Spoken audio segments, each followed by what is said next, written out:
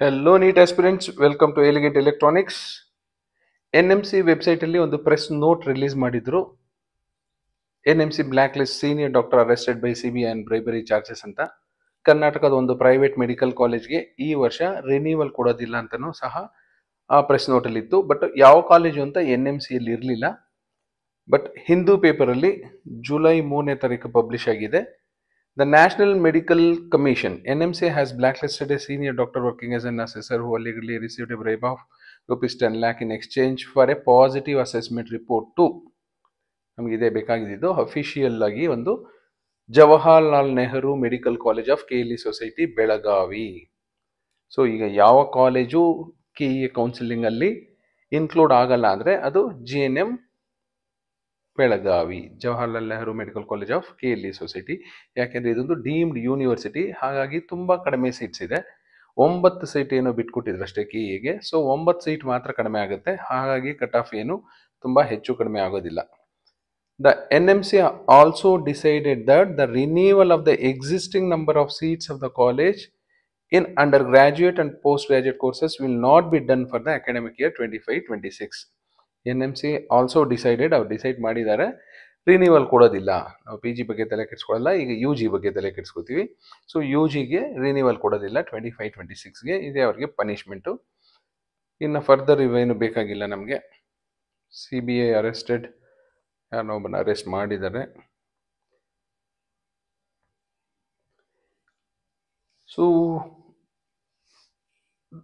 Government medical colleges across the ಕಂಟ್ರಿಗೆ investigation ಮಾಡ್ತೀವಿ ಅಂತ ಹೇಳ್ತಾ ಇದ್ದಾರೆ. ಬಟ್ ಕರ್ನಾಟಕದವರು ಏನು ಹೇಳಿದ್ದಾರೆ ಅಂತ ನೋಡೋಣ.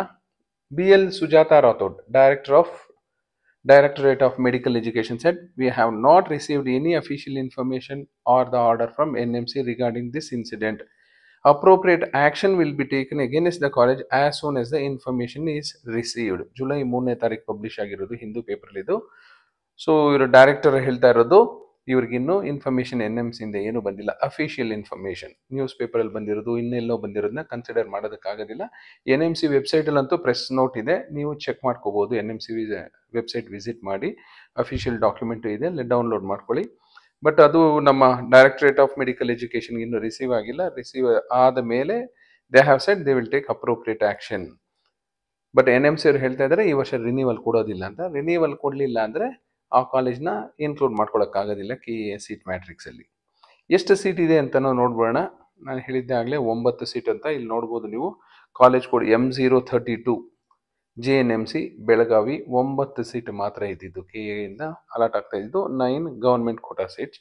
ಸೊ 9 ಸೀಟ್ಸು ಕಡಿಮೆ ಆಗುತ್ತೆ.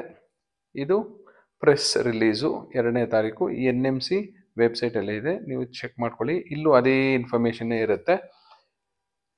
ಏನಿರುತ್ತೆ ಅಂದರೆ, the commission has viewed the matter very seriously and has decided to blacklist the said assessor pending investigation and final verdict in the matter. As an exemplary action, it has been decided that the renewal of existing number of seats of the said college in undergraduate and postgraduate courses shall not be done for the academic year 25-26.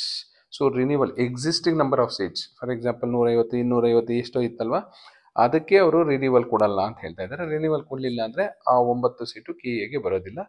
So that's about the Jawaharlal Nehru medical college Belagavi. Seats ಹೊರಗಡೆ ಹೋಗ್ತಿರೋದು 9 seats. Thank you and all the best for your counselling.